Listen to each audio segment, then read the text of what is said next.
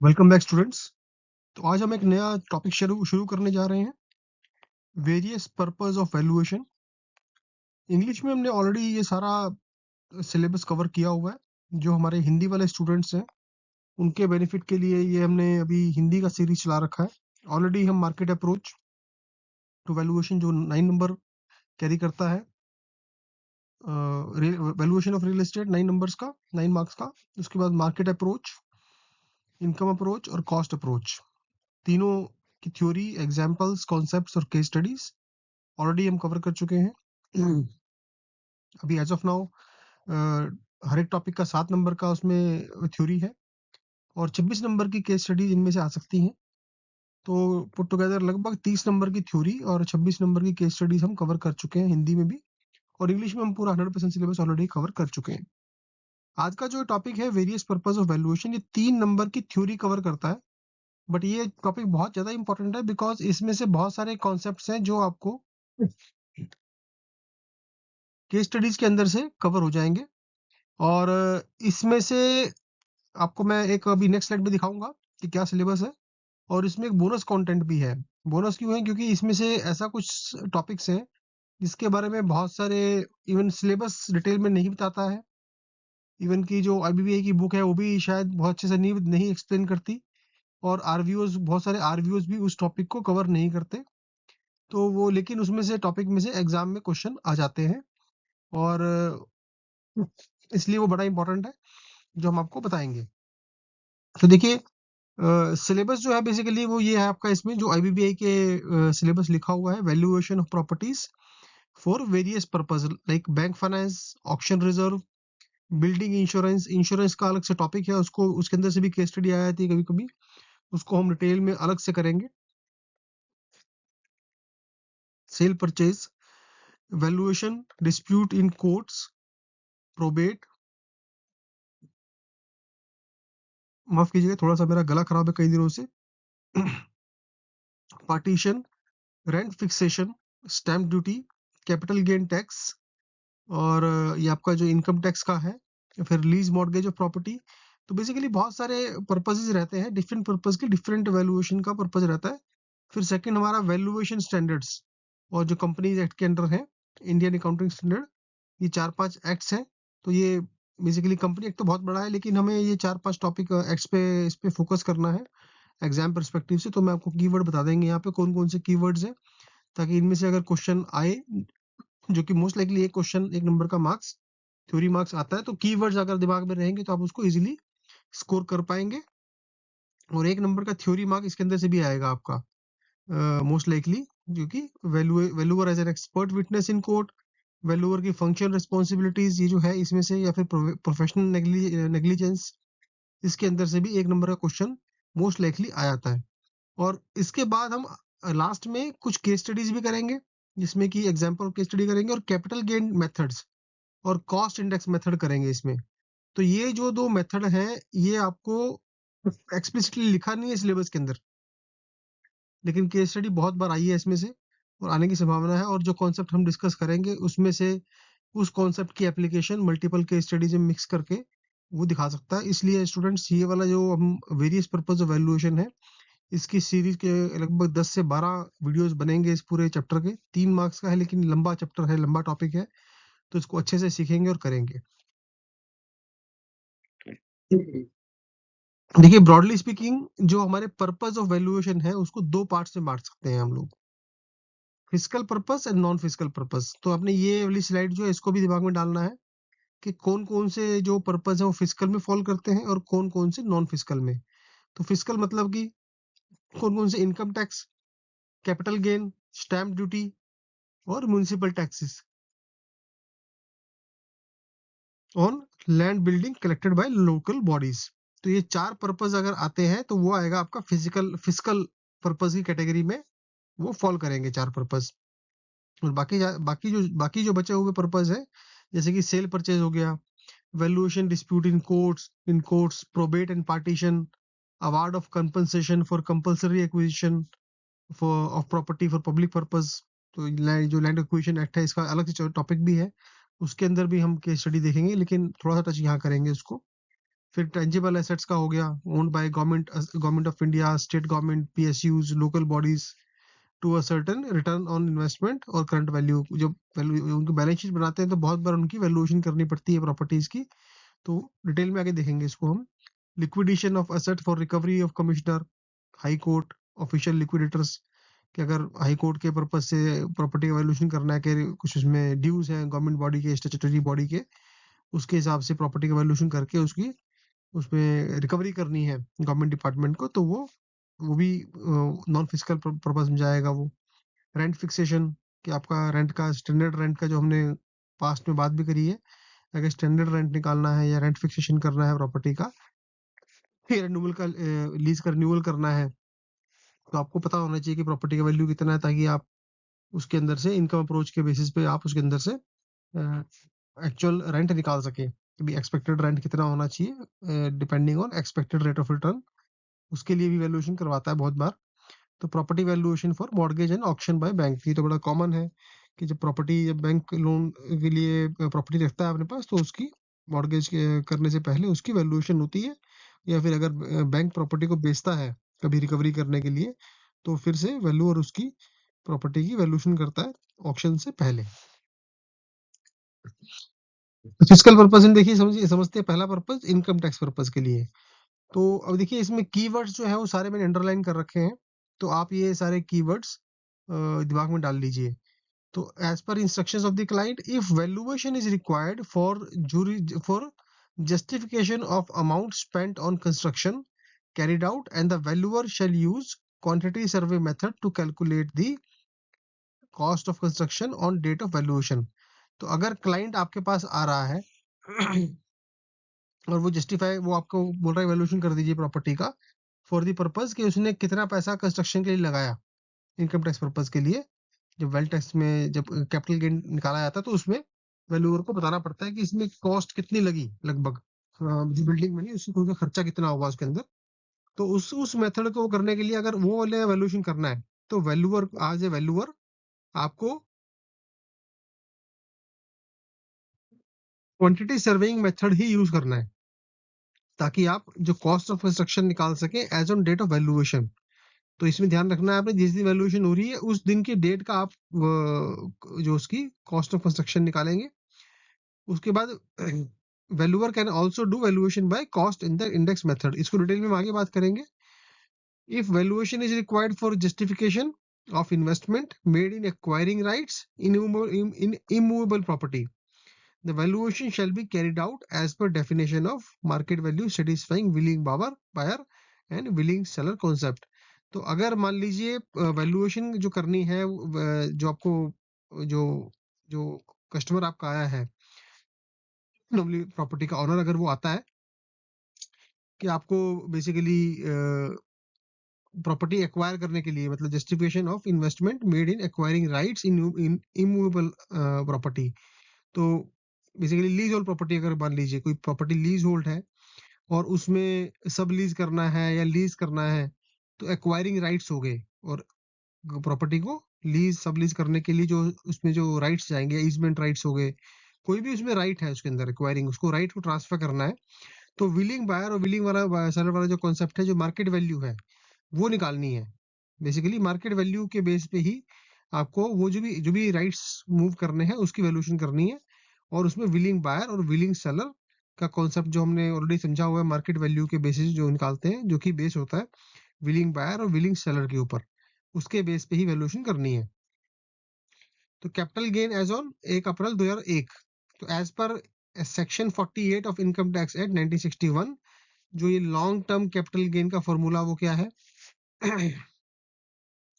Full value of consideration और acquiring, और full value of consideration और accruing, minus indexed cost of acquisition, minus indexed cost of improvement, minus cost of transfer. अभी इसको थोड़ा सा आप, थोड़ा सा कॉम्प्लिकेट लग रहा है, इसको बहुत डीप मत जाइए यहाँ पे, इसको हम बहुत डिटेल में आगे केस स्टडीज की फॉर्म में समझेंगे। ये फॉर्मूला आप दिमाग में भी सेट कर लीजिए कि जो बेसिकली जो प्रॉपर्टी की वैल्यू है वो इंडेक्स कॉस्ट ऑफ एक्विजिशन, जिसमें उसने प्रॉपर्टी को खरीदा, जो उसने लिया था प्रॉपर्टी, उसकी इंडेक्सेशन करते हैं हम लोग करंट उसमें, मान लीजिए 50 साल पहले लिया उसने, तो उसको आज हम इंडेक्सेशन करेंगे आज की डेट में कितनी वैल्यू आएगी उसकी। फिर उसके बाद इंडेक्स्ड कॉस्ट ऑफ इम्प्रूवमेंट, अगर उसने further in the mean time लेने के बाद कुछ फर्दर खर्चे करे हैं उस प्रॉपर्टी में, एक्सटेंशन करी है, कुछ रिपेयर रेनोवेशन वगैरह कुछ करी है, उसमें इंप्रूवमेंट्स करी हैं, तो उसकी भी इंडेक्सेशन करेंगे। और उसके बाद जो कॉस्ट ऑफ ट्रांसफर आज की डेट में है उसको उसमें से माइनस करेंगे। तो ये आपका basically long term capital gain का फॉर्मूला है। डिटेल में इसको हम आगे समझेंगे। Stamp duty collected by state government.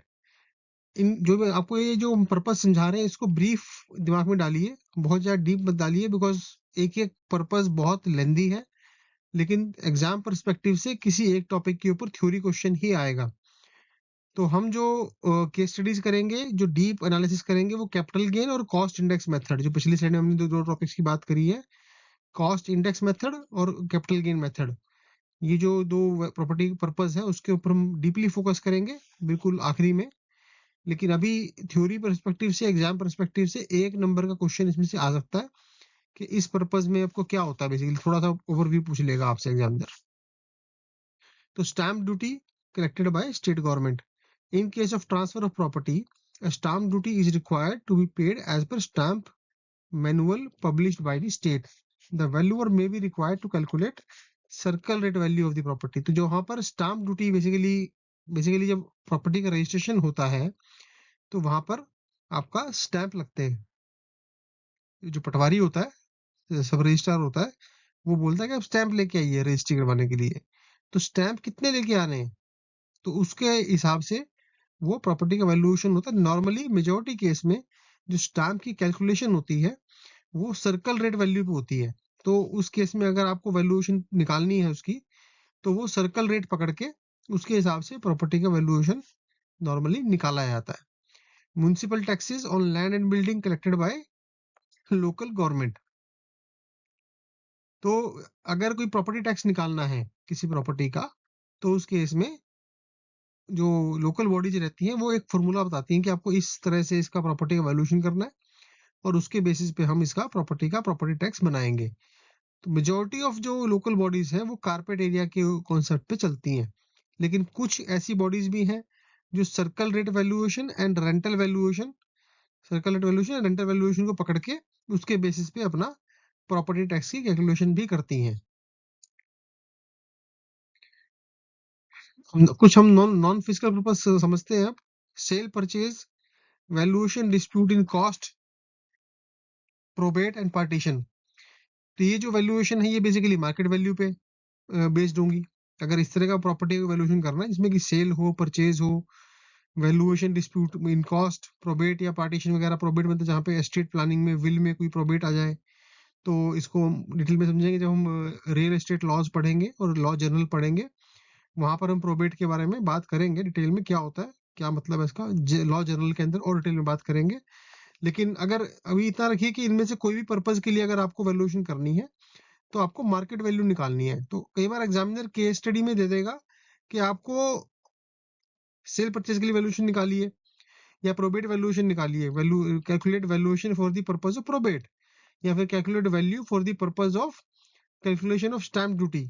तो आपको पता होना चाहिए कि उस केस में सर्कल रेट निकलना है जहां पे स्टैम्प ड्यूटी की बात कर रहा है, जहां पर वो प्रोबेट की बात कर रहा है वहां वो मार्केट वैल्यू निकालना है। तो आपको इंडायरेक्टली उसने बोल दिया कि आप मार्केट वैल्यू निकालिए। अगर आपको कॉन्सेप्ट नहीं पता है कि प्रोबेट के पर्पज के लिए कौन सी वैल्यूएशन निकालनी है, तो आप वो केस स्टडी बना ही नहीं पाएंगे या एग्जाम्पल आप सॉल्व नहीं कर पाएंगे। इसलिए ये वाला टॉपिक बहुत इंपॉर्टेंट है कॉन्सेप्ट्स के एंगल से।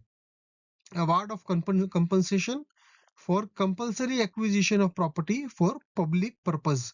तो बेसिकली जो लैंड एक्विजिशन एक्ट है उसके अंदर अलग से उसको, हालांकि उसको हम लैंड एक्विजिशन एक्ट को हम रियल एस्टेट लॉ में अलग से पूरा थ्योरी, उसके एक्ट्स और एग्जांपल्स और केस स्टडी समझेंगे।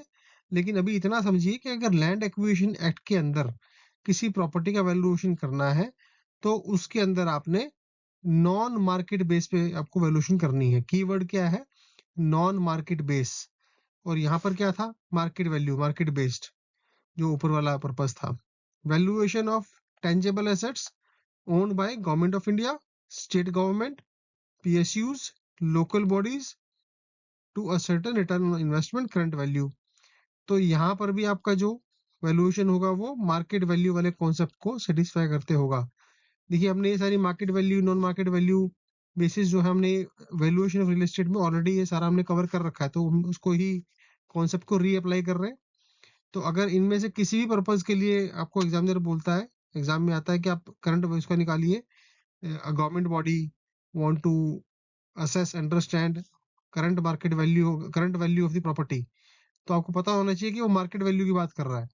आपको एग्जामिनर घुमा के बोलेगा वहां पे, तो आपको पता रहेगा ये पर्पज है, तो उसमें इस पर्पज के अंदर हमें ये मार्केट वैल्यू या फिर नॉन मार्केट वैल्यू प्रॉपर्टी की निकालनी है। Next purpose is liquidation of assets for recovery of for commissioner, high court and official liquidators. तो इसमें जो बेसिस बनेगा, पर्पस बनेगा कि प्रॉपर्टी वैल्यूएशन किस पर्पस पे, किस बेसिस पे बनेगी, वो मार्केट वैल्यू के बेस पे होगी या अदर देन मार्केट वैल्यू के बेस पे होगी, वो डिपेंड करता है कि कस्टमर ने या क्लाइंट ने इंस्ट्रक्शंस क्या दिए हैं हमें। तो अब जो अगर क्लाइंट ने एज ए वैल्यूअर हम लोग को इंस्ट्रक्शंस दी हैं कि seller is not willing to sell, मतलब सेलर बेचने में इंटरेस्टेड नहीं है, purchaser purchases with the knowledge that seller is compelled to sell, purchaser को मालूम है कि ये जो प्रॉपर्टी है ये सेलर जबरदस्ती बेच रहा है, फोर्स्ड सेल है ये, और marketing time is very less, तो एडिक्वेट मार्केटिंग के लिए उसको टाइम भी नहीं दिया गया इस ट्रांजैक्शन के लिए। तो फिर इन इन दैट केस जो प्रॉपर्टी का वैल्यूएशन आप करेंगे इस पर्पज के लिए, उसके अंदर जो बेसिस रहेगा एज ए वैल्यूअर आपका, वो अदर देन मार्केट वैल्यू रहेगा।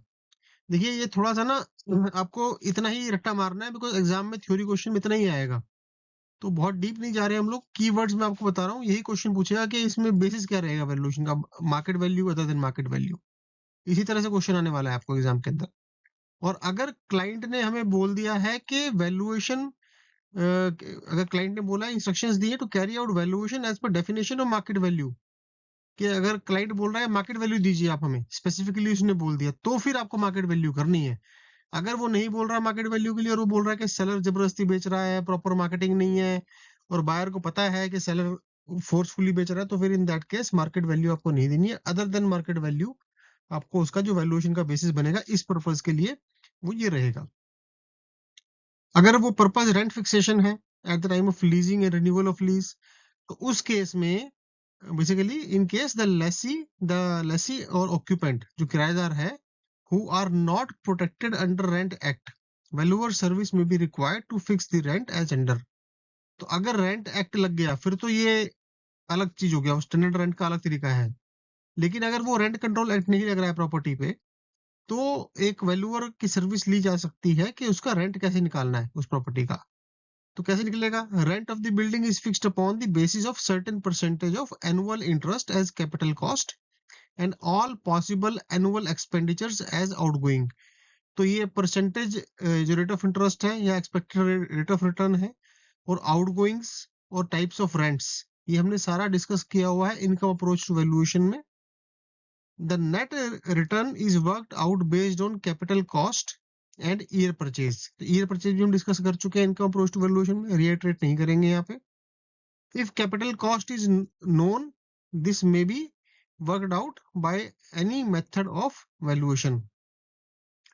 तो बेसिकली अब इसमें आपको नेट नेट रिटर्न निकालनी है, जो हमने इनकम अप्रोच के हिसाब से फॉर्मूला से निकाला था, वहां से हम इसका वैल्यूएशन उसको करना है प्रॉपर्टी का। The owner expects about 2% higher than prevalent interest to cover up the risk of investment. Normally जो हमने पीछे भी एक इनकम अप्रोच के अंदर डिस्कस किया था कि लीज होल्ड प्रॉपर्टी में कितना आपको जो एक्सपेक्टेड रेट ऑफ इंटरेस्ट है वो कैसे डिसाइड करना है, इसके ऊपर एक स्लाइड हमने डाल रखी है पीछे, और एक क्वेश्चन आता है एग्जाम में कभी कभी कि lease hold property, lease hold land, lease hold building, free hold land, free hold building, 4 combination रहते हैं, तो किसमें आप कितना इंटरेस्ट पकड़ेंगे प्रैक्टिकल वे में, राइट? लेकिन एग्जाम्पल और केस स्टडी के अंदर आपको कोई एजम्पशन नहीं लेनी है, लेकिन थ्योरी क्वेश्चन आ सकता है एग्जाम में कि किस केस में आप कितना रेट ऑफ इंटरेस्ट पकड़ेंगे, रिस्क फ्री जो हमारा रेट ऑफ इंटरेस्ट है, जो नॉर्मली एफडी का या गवर्नमेंट सिक्योरिटीज का इंटरेस्ट रहता है, उसके ऊपर कितना आप कवर करेंगे। वो नॉर्मली मैक्सिमम 2% रहता है, किसी किसी केस में 1% भी रहता है, 3% भी रहता है, वो उसका आपको वो स्लाइड देखना पड़ेगा जो हमने पीछे डिस्कस किया है इनकम अप्रोच टू वैल्यूएशन, वहां पर आपको एग्जैक्ट अमाउंट मिलेगा ये। To this return, net return all possible expenditures on outgoing are added to the gross annual rent. तो ग्रॉस रेंट क्या है? Net net rent plus outgoing. तो ये ग्रॉस रेंट आपको वैसे फिक्स हो जाएगा जो आपको टेनेंट से लेना है।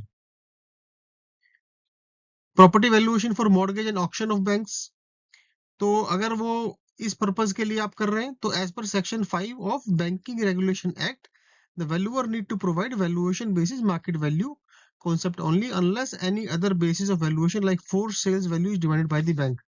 तो अगर बैंक ने किसी प्रॉपर्टी का वैल्यूएशन मांगा है आपसे मॉर्गेज के पर्पज से, मतलब बेसिकली बैंक से बैंक ने मांगा है, तो बीआर जो बैंकिंग रेगुलेशन एक्ट है उसमें क्लियर लिखा है कि वैल्यूअर को बाय डिफॉल्ट मार्केट वैल्यू ही देनी है अनटिल अनलेस बैंक आपको स्पेसिफिकली बोले कि आप हमें फोर सेल्स वैल्यू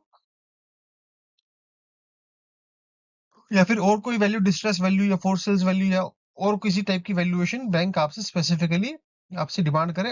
अगर वो साइलेंट है तो फिर मार्केट वैल्यू ही आपने हमेशा देनी है। In case of auction reserve the basis of valuation shell always be based on market value concept only. तो अगर ऑक्शन रिजर्व हो रही है, अगर ऑक्शन चल रहा है प्रॉपर्टी का, तो भी आप उसका जो बेसिस रहेगा वैल्यूएशन का वो मार्केट वैल्यू वाले कॉन्सेप्ट के बेसिस पे ही आप उसका वैल्यूएशन करेंगे।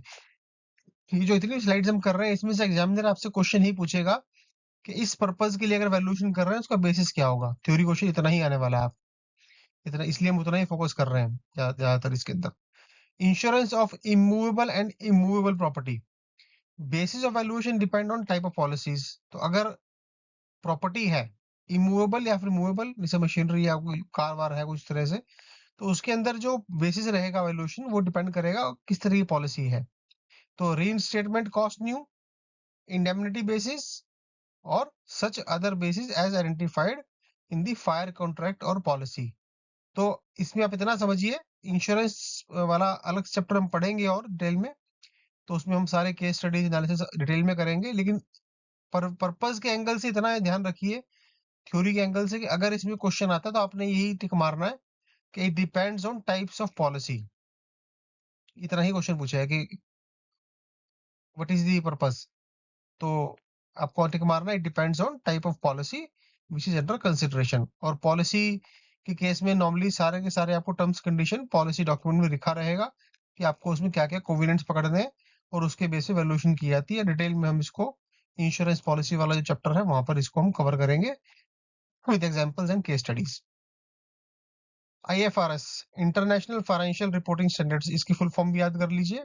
The basis of valuation shall be instructed as per instructed by the auditors and financial advisor और CFO ऑफ द कंपनी।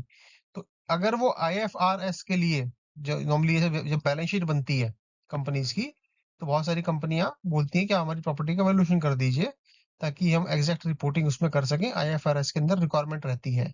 तो अगर वैसा है तो फिर आपको वो मार्क टू मार्केट करने के लिए लेती है। तो उस केस में ऑडिटर आपको स्पेसिफिक इंस्ट्रक्शंस देंगे कि कौन सी वैल्यूएशन चाहिए, उसका बेसिस क्या होगा। तो उसमें कोई फिक्स बेसिस नहीं है। तो आपको इसमें अगर क्वेश्चन आता है एग्जाम में, तो IFRS का अगर वर्ड आ गया तो आपने बोलना है कि will be conveyed, basis will be convert by the auditors, financial advisors और CFO of the company. Bank finance के लिए, लोन पर्पज के लिए अगर लोन आप ले रहे हैं उसके अंदर, from bankers perspective value of security or property must be sufficient to cover principal amount with interest at all times during the currency of bank loan. Thus, periodic review of security is required from the angle of market value, whether it is a fresh valuation or repeat valuation along with market value of the property. If valuer provide following additional risk inputs, it would be helpful to the banker. तो अब इसमें property की risk rating भी होती है। तो अब जब प्रॉपर्टी का वैल्यूएशन करते हैं बैंक फाइनेंस के लिए, तो मार्केट वैल्यू निकालनी है। उस मार्केट वैल्यू के ऊपर एक बैंक LTV निकालता है, लोन टू वैल्यू रेशो, कि कितना परसेंट उसका मार्जिन रहेगा, तो वो during the tenure of loan वो कवर अप होना चाहिए। तो अब उसमें आप एडिशनल एज ए वैल्यू और आप एडिशनल रिस्क एनालिसिस इनपुट डाल सकते हैं जो रिकमेंडेड होती है। बहुत सारे वैल्यू नहीं डालते हैं, राइट, लेकिन उसमें market risk rating of the property होती है, low, low to medium, medium to high और हाई, कि कौन सी आपको कैटेगरी में डाल रहे हैं आप। और अगर जस्टिफिकेशन डालना चाहिए जस्टिफिकेशन भी डाल सकते हैं आप। उसके बाद वैल्यूअर ओपिनियन और रीसेंट मार्केट डायरेक्शन के साथ अपवर्ड ट्रेंड है, डाउनवर्ड ट्रेंड है, स्टेबल है, मार्केट वोलेटिलिटी किस तरह की है, लोकल इकोनॉमी इम्पैक्ट किस तरह का होने वाला है प्रॉपर्टी के अंदर। तो इस तरह की जो अदर फैक्टर्स हैं जो उस प्रॉपर्टी की वैल्यूएशन पास्ट में, प्रेजेंटली या फ्यूचर में अफेक्ट कर सकते हैं, तो वो भी आप उसके ऊपर अपने आप एक कमेंट्री छोटी सी दे सकते हैं, ताकि बैंकर को उसके अंदर जो जो जो बैंक है, मॉर्गेज वाली कंपनी है, फाइनेंस कंपनी है, उसको डिटेल इंफॉर्मेशन उसमें मिल सके। अगर ऑक्शन रिजर्व के लिए करना है तो एज पर सरफेसी एक्ट 2002, ये भी याद रख लीजिए, सरफेसी एक्ट 2002 का है, the 34 AB wealth tax registered valuer need to provide value of the property. तो आपने इसमें क्वेश्चन क्या आएगा कि अभी एज पर जो एग्जिस्टिंग गाइडलाइंस है, तो ऑक्शन जो प्रॉपर्टी का रिजर्व प्राइस फिक्स होता है एज पर एग्जिस्टिंग गाइडलाइंस, वो वेल्थ टैक्स रजिस्टर्ड वैल्यूअर ही देगा। तो ये गाइडलाइंस ऑन टेबल है, चेंज होने वाली हैं। जब ये कानून पास हो जाएगा आईबीबीआई वैल्यूएशन का, तो मोस्टली तो ये वाली प्रॉपर्टीज भी, ये जो भी प्रॉपर्टियां हैं सारी की सारी आईबीआई वैल्यूअर ही करेगा पास। बट आज की डेट में, as of now, till now, अभी वो वेल्थ टैक्स एक्ट वाला जो रजिस्टर्ड वैल्यूअर है वही करेगा। तो एग्जाम में क्वेश्चन पूछ सकता है वो कि till this law is passed, can IBBI registered valuer do valuation of the property for auction reserve purpose or not? yes, no, है ना, या फिर may be may not be, इस तरह कुछ ऑप्शन बोल दे आपको, तो आपको टिक मारना है नो। तो इस केस में बैंक जो है जनरली आपसे मार्केट वैल्यू और डिस्ट्रेस वैल्यू प्रॉपर्टी का मांगता है, और रिजर्व प्राइस जो फिक्स होता है वो डिस्ट्रेस वैल्यू फिक्स होगा। ये भी क्वेश्चन थ्योरी में आया था कि रिजर्व प्राइस किस बेस पे फिक्स होता है, market value, distress value, order liquidation value, Ford liquidation value. तो आपको वो पता होना चाहिए कौन सी वैल्यूएशन पे वो जाने वाला है। देखिए उसके बाद जो वैल्यूएशन फॉर मॉर्गेज कैसे करना है, इसमें से एग्जांपल क्वेश्चन भी आया था कई बार, भी आगे कुछ स्लाइड्स में दे रखा होगा, एग्जांपल देखेंगे उसको। As per section 5 of banking regulation act, market value of the property not at any time should be less than the loan और advance amount against the security. तो बीआर बैंकिंग रेगुलेशन एक्ट में जो section 5 है वो क्या stipulate करता है कि अगर बैंक ने किसी प्रॉपर्टी के बेसिस पे कोई लोन दिया है, तो नॉर्मली बैंक क्या करता है, अगर 100 रुपए की प्रॉपर्टी है उस पर 70 रुपए, 75 रुपए, 80 रुपए, 90 रुपए का लोन देगा।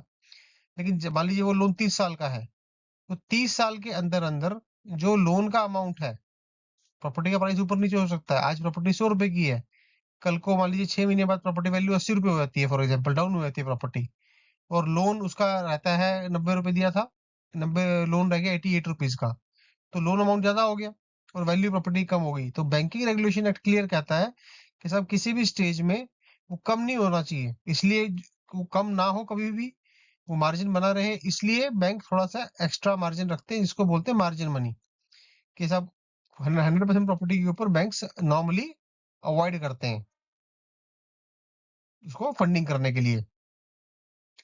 तो बेसिकली अब इस केस में क्या होगा, फेयर मार्केट वैल्यू प्रॉपर्टी की निकाल के हम उसके बेस पे एलटीवी निकालते हैं। तो valuer should exclude from the valuation any part of mortgager's interest which cannot be transferred to mortgagee. Example, goodwill associated with business premises, also things on land like sand, gravel, timber, etc., which can be easily sold and removed by mortgager. तो ऐसा कोई interest अगर उसके अंदर है property पे जो mortgage नहीं हो सकता, या मोर्टगेजर जो उसको है किसी भी टाइम रिमूव कर सकता है वहां से, मान लीजिए वहां कोई लक्कड़ पड़े हैं लूज, कोई वहाँ पे सैंड पड़ा है, ग्रेवल्स पड़े हैं, तो उसको रिमूव कर सकता है वो ऐसे ही। तो वो मोर्गेज नहीं हो सकता, मोर्गेज बैंक के पास मोर्गेज नहीं होगा, उसकी वैल्यू आप प्रॉपर्टी वैल्यूएशन के अंदर ऐड नहीं करेंगे।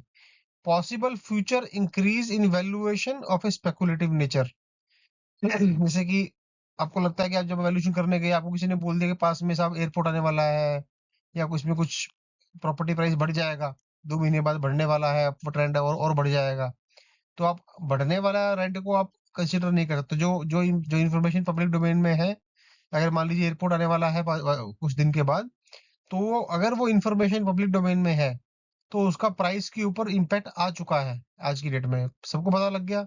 तो जो प्राइस एडजस्टमेंट होनी थी, प्राइस बढ़ना था, बढ़ चुका है। अब वो जब बनेगा तब थोड़ा सा और बढ़ेगा, उसके बाद ऑब्वियसली जब बन के तैयार हो जाएगा तो ऑब्वियसली थोड़ा बढ़ेगा प्राइस, प्रॉपर्टी का प्राइस। लेकिन आप उसके बेस पे आज की डेट में प्रॉपर्टी का वैल्यूएशन इंक्रीज नहीं कर सकते। Possibility of any decrease in value in future. तो अगर प्रॉपर्टी का अगर वैल्यूएशन डिक्रीज होने वाला है, आपको ऐसा लगता है कोई फैक्टर ऐसा है जिसकी वजह से प्रॉपर्टी की वैल्यूएशन डिक्रीज हो सकती है, तो उसको आपने कंसीडर करना है, लेकिन आपको बड़ा केयरफुली कंसीडर करना है और उसको आपने डॉक्यूमेंट करके वैल्यूएशन के अंदर आपने प्रॉपरली इन्फॉर्म करना है। अब देखिए इसमें थ्योरी क्वेश्चन किस तरह का आएगा। एग्जामिनर आपसे यही पूछेगा कि फ्यूचर जो इंक्रीज होने वाला है क्या उसको कंसीडर करेंगे आप। स्पेकुलेटिव नेचर की कुछ ऐसा कोई स्पेकुलेशन है मार्केट में कि इस प्रॉपर्टी का वैल्यूएशन बढ़ने वाला है, तो क्या उस प्रॉपर्टी का वैल्यूएशन आप बढ़ा देंगे, आज ही बढ़ा देंगे? तो उसका आंसर है नो। लेकिन अगर कोई प्रॉपर्टी का प्राइस ऐसा मार्केट में इंफॉर्मेशन है, स्पेकुलेशन है कि प्रॉपर्टी प्राइस गिरने वाला है, तो उसको आपने कंसिडर करना है, उसको अवॉइड नहीं करना।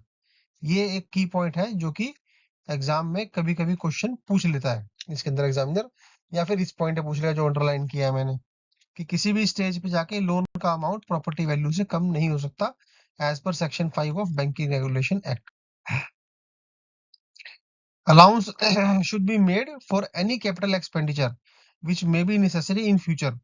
तो अगर जब आपने प्रॉपर्टी का मॉर्गेज, आप जो जो प्रॉपर्टी मॉर्गेज होने जा रही है और उसका वैल्यूएशन आप कर रहे हैं और आपको लगता है कि कैपिटल एक्सपेंडिचर होने वाला है, उसमें कोई मेजर रिपेयर मेंटेनेंस है, कोई दीवार टूटी हुई है, कोई छत छत लीक कर रही है मान लीजिए, तो वो आपको कंसिडर करना पड़ेगा कि साहब ये इस तरह का खर्चा, इसमें मेजर एक्सपेंस है, तो जो वैल्यूएशन करेंगे आप उसकी वैल्यूएशन उतने अमाउंट से घटा देंगे ताकि वो आपकी प्राइस में एडजस्टमेंट उसकी हो सके। If building is in bad repair, the cost of necessary work should be deducted. Alternatively, the structure may be valued as in good repair, subject to an express undertaking given by the mortgagor to put the building in repair forthwith. तो अगर मान लीजिए building की situation आप visit किया, आपने देखा बड़ा ही पुअरली मेंटेन्ड है, पेंट वेंट नहीं है, कुछ नहीं है, तो आप उसको या तो उसमें कंसिडर कीजिए जो प्रॉपर्टी वैल्यूएशन कर रहे हैं, और अगर आप कंसिडर नहीं करना है तो उसको डिस्क्लोज करना है और उसकी जो जो जो भी मॉर्गेजर है, मतलब जो आदमी मॉर्गेज कर रहा है, जो ऑनर है प्रॉपर्टी का, उसकी अंडरटेकिंग लगा के वो वैल्यूएशन रिपोर्ट में आपको लगानी है। तो ये भी एग्जामिनर क्वेश्चन पूछ सकता है कि रिपेयर को कैसे कंसिडर करेंगे आप अगर प्रॉपर्टी का मॉर्गेज कर रहे हैं, पर्पज अगर मॉर्गेज है प्रॉपर्टी का और प्रॉपर्टी बैड रिपेयर शेप में है, तो क्या ऑप्शन है आपके पास valuer. Valuer should give a careful ear to the information about the price paid by the mortgager to purchase the property or as to the cost of construction of the building। तो जब आप as a valuer आप site पे जाएंगे तो आपने ये चीज असेस करनी है कि मॉर्गेजर जो बेसिकली जो प्रॉपर्टी मॉर्गेज करने वाला है, अगर मैं घर खरीद रहा हूँ तो मैं एक्चुअल में कितने की खरीद रहा हूँ घर, ये भी आपने ऑब्जर्व करना है इस चीज को एज ए वैल्यूअर। और विजाविज आपने ये भी देखना है कि इस बिल्डिंग को बनाने की कॉस्ट ऑफ कंस्ट्रक्शन कितनी है। तो जो भी दोनों में से लोअर है वो आपने एज ए वैल्यूअर आपने नॉर्मली कंसिडर करनी है, बिकॉज नॉर्मली वो मैच करेगी मोस्ट लाइकली केस में 5-10% का ऊपर नीचे हो सकता है, बट अगर वो दोनों में से कोई लोअर चीज आ रही है आपकी, तो वही आपने नॉर्मली प्रॉपर्टी वैल्यूएशन आपने पकड़नी है। The valuer should compare the estimated net income from the property with the amount of annual interest on the proposed loan. तो ये भी आप देखिए, इसमें एक आपको एस्टिमेशन करना है एज ए वैल्यूअर, जो प्रॉपर्टी का मॉर्गेज के लिए आप कर रहे हैं वैल्यूएशन, तो आपको एस्टिमेटेड नेट इनकम, जो इनकम अप्रोच में हम करते हैं हमेशा, इनकम अप्रोच टू वैल्यूएशन में हम जो करते हैं कि ये प्रॉपर्टी हम खरीद रहे हैं, इससे इनकम कितनी जनरेट होगी, net income, gross rent minus आउटगोइंग्स, जो भी एक्सपेंसेस है आउटगोइंग्स है, that is net income from the property. और इस प्रॉपर्टी के ऊपर साल का इंटरेस्ट कितना जाना है, जो लोन, अगर मैं प्रॉपर्टी खरीद रहा हूँ और उस पर लोन ले रहा हूँ, तो उस प्रॉपर्टी के ऊपर लोन पे कुछ लोन पे इंटरेस्ट देना पड़ेगा मुझे, तो वो इंटरेस्ट साल का कितना जाएगा उसके अंदर निकाल लेते हैं कि अमाउंट कितना, बेसिकली लोन पे जो अमाउंट ऑफ लोन है वो कितना मिलेगा। The normal advance is 2/3 of the property value. However they if there is a doubt as to the what the property would realize if brought to a forced sales at any time, or there is possibility of market value depreciating in the future, a smaller amount, possibly 3/5 or one like half of the property value may be recommended. Therefore, valuer need to correlate between net income and the interest or any suggested advance to recalculate recommended loan amount. तो देखिए basically thumb rule जो है वो अगर 100 रुपए की property है तो उस पे 2/3 मतलब 67.66 रुपीज का उस पे लोन रिकमेंडेड होता है, थंब रूल। बट अगर उस पे कोई स्पेशल सर्कमस्टांसेस हैं, फोर्स सेल हो रही है या कोई प्रॉपर्टी की वैल्यू फ्यूचर में गिरने वाली है, कोई ऐसे फैक्टर्स हैं, तो उस पे आप कम अमाउंट भी उसमें रेकमेंड कर सकते हैं। 3/5 मतलब कि 60% या हाफ मतलब 50%। तो 66.66% नॉर्मली होता है। तो अगर आपको इस पे न्यूमेरिकल आता है एग्जाम में, तो इन दैट केस आपको अगर साइलेंट है, एजम्पशन उसमें कुछ भी दे नहीं रखा है कितना परसेंट आपको पकड़ना है, तो आपको 2/3 ही एज्यूम करना है, इसमें कॉन्सेप्ट यही लगेगा। बट अगर 2/3 नहीं है और एग्जामिनर ने स्पेसिफिकली दे दिया है उसके अंदर, तो फिर आपको 3/5 या हाफ प्रॉपर्टी जो भी वट जो भी इसमें क्वेश्चन में दिया हुआ है, जो एजम्पशन दे रखी है, तो आपको उतना पकड़ना है। अदरवाइज 2/3 पकड़ के ही प्रॉपर्टी का वैल्यूएशन करना है। इस पे हम एग्जाम्पल करेंगे अभी आगे। देखिए अभी एग्जाम्पल हम कर रहे हैं इसको। ये फर्स्ट टाइम में आया था क्वेश्चन इसके ऊपर, एक नंबर का एक एग्जांपल आया था मेरे केस में। Value the following properties for mortgage purpose, stating the advance to be recommended in each case and mention any condition which should be imposed. Interest on mortgage is 6%।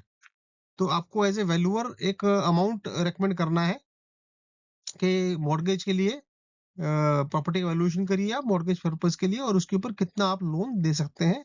Loan का interest दे दिया 6% आपको। A free hold shop in a first class position let to multiple tenant on a 20 years full repairing and insuring lease granted 16 years ago at a rent of 1 lakh rupees per annum. The present rental value on the same terms is rupees 5 lakh per year. तो अब ये देखिए इसके अंदर आपको एक free hold दुकान है, अच्छी पोजीशन में है, और उसमें मल्टीपल टेनेंट्स हैं। 21 साल के लिए ये प्रॉपर्टी किराए पे दे रखी है, और full repairing and ensuring lease granted 16 years ago. तो 21 साल में से 15-16 साल तो निकल गए, अब बचे कितने? 5 साल। 21 माइनस 16 तो 5 साल बचे ना आपके, at the rent of 1 lakh rupees. तो 1 लाख रुपए के रेंट पे वो दे रखी है, जिसके कि 5 साल बचे हुए हैं। और आज की डेट में रेंटल वैल्यू जो है, जो करंट रेंटल है, वो 5 लाख रुपए है इसके अंदर। तो और आपको ईयर परचेज दे दिया इसके अंदर, आपको वैल्यू निकालनी है प्रॉपर्टी की मॉर्गेज के लिए। तो आज जो पहले पहले डाटा लिखी, डाटा क्या दिया होगा? रेंट जो ऑनगोइंग लीज है उसका 1 लाख रुपए है। करंट मार्केट रेंट जो है वो 5 लाख रुपए पर ईयर है। लीज पीरियड 21 साल का था, 16 साल एक्सपायर हो चुके हैं, रिमेनिंग लीज पीरियड 5 साल का बचा हुआ है। ईयर परचेज आपका जो 5 साल का है 5.5% पे, वो 4.25 है। और ईयर परचेज परपेचुटी अगर पकड़ते हैं तो 6.50% दे रखा है। ये सारी इंफॉर्मेशन क्वेश्चन में दे रखी है। तो प्रॉपर्टी वैल्यू अगर इनकम अप्रोच से निकालते हैं हम, तो जो कॉन्सेप्ट हमें पता है वो क्या है? तो बेसिकली पहले जो बाकी जो 5 साल बचे हुए हैं प्रॉपर्टी के, जो लीज के अनएक्सपायर्ड पीरियड बचे हुए 5 साल, उसका हमें निकालना है present value, plus present value जो प्रॉपर्टी है उसकी रिविजनरी वैल्यू जो है, revisionary rental value of the property, उसकी प्रॉपर्टी वैल्यू 5 लाख रुपए उसका रेंटल है, तो उसका हमें प्रेजेंट वैल्यू निकालना है।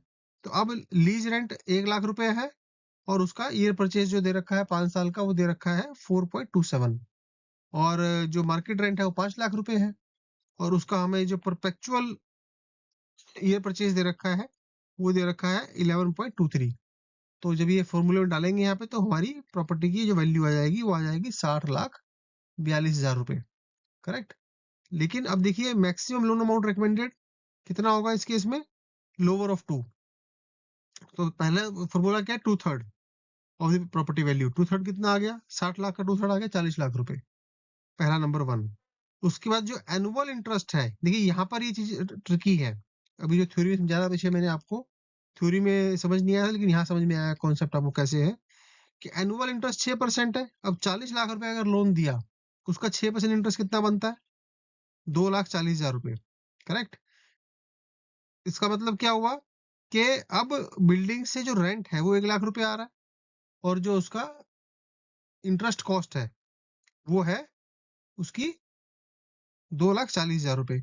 तो इसका मतलब जो एनुअल जो इसमें जो है, तो इसमें जो मैक्सिमम लोन अमाउंट होगा वो 1,00,000 के रेंट को कंसीडर करते हुए तब उसकी वैल्यूएशन होगी। तो अगर आपने 1,00,000 का रेंट पकड़ा और 2.5 लाख का इसमें इंटरेस्ट कॉस्ट जा रही है, तो प्रोपोर्शनेटली इसको आप कम कर देंगे। तो 40,00,000 का लोन मिल रहा था ₹2,40,000 की इंटरेस्ट कवर करने के लिए। तो 1,00,000 का अगर इनकम आ रही है, 1,00,000 का इंटरेस्ट अगर आपको करना है जस्ट टू कवर रेंट, आपका जो मैक्सिमम लोन अमाउंट है वो 16,66,000 इसमें बनेगा।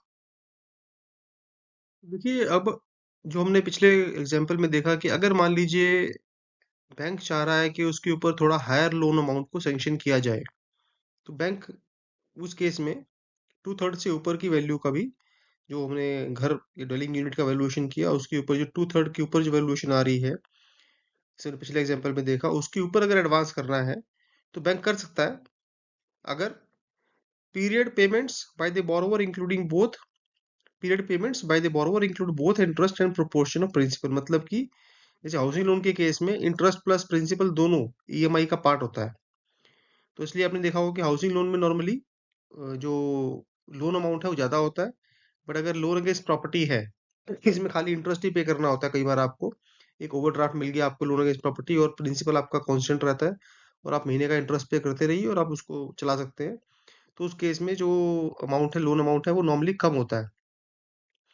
And second option is that कि अगर उसका जो पूरा मॉर्गेज अमाउंट है वो एक सर्टेन पीरियड का है, मतलब एक फिक्स्ड ईयर का है, मतलब 5 साल, 10 साल, 20 साल, 25 साल का पीरियड है, जिसमें कि वो लोन पे होना है, मतलब कि एक टर्म लोन है या डिमांड लोन है, ना कि वो रिवॉल्विंग लोन है या फिर वर्किंग कैपिटल लोन है, ओवरड्राफ्ट या ओडी, रिवॉल्विंग ओडी टाइप की फैसिलिटी नहीं है। आपने ऐसा कोई लोन लिया इसमें कि आपको एक सर्टेन पीरियड ऑफ टाइम में वो लोन पे कर देंगे और उसकी जो किस्त है वो आपकी इंटरेस्ट प्लस प्रिंसिपल दोनों मिला के आप हर महीने कुछ अमाउंट दे रहे हैं। If that is a case, तो बैंक 2/3 के ऊपर जाके भी उसके ऊपर फंडिंग कर देता है इन इन केस ऑफ मॉर्गेज। देखिए, एक और इसमें कॉन्सेप्ट है सेकंड है और सब्सिक्वेंट मॉर्गेज। ये कॉन्सेप्ट क्या है बेसिकली? मान लीजिए एक प्रॉपर्टी ऑलरेडी एक बैंक के पास मॉर्गेज है और अब कस्टमर बोलता है कि उसको सेकंड लोन चाहिए और उसके लिए आप प्रॉपर्टी का वैल्यूएशन करने जा रहे हैं। तो इन दिस केस आपको एक्स्ट्रा प्रिकॉशन लेनी चाहिए बिकॉज़ आप सेकंड लोन का अमाउंट कंसीडर करने जा रहे हैं, right? But amount of second loan combined with first loan should not exceed 2/3 of the property value. तो इस तरह का ये कॉन्सेप्ट भी आ सकता है कि आपसे एग्जामिनर एक नंबर का एग्जांपल आपको दे दे कि सेकंड लोन के लिए आप वैल्यूएशन करने जा रहे हैं और कितना लोन आप उसमें रेकमेंड करेंगे। एग्जांपल देखते हैं। For example, a property is worth 90,000 and 50,000 is already been advanced on first mortgage। 90,000 की वैल्यू है प्रॉपर्टी की, 50,000 का लोन ऑलरेडी उस प्रॉपर्टी के ऊपर बैंक ने ऑलरेडी दिया हुआ है।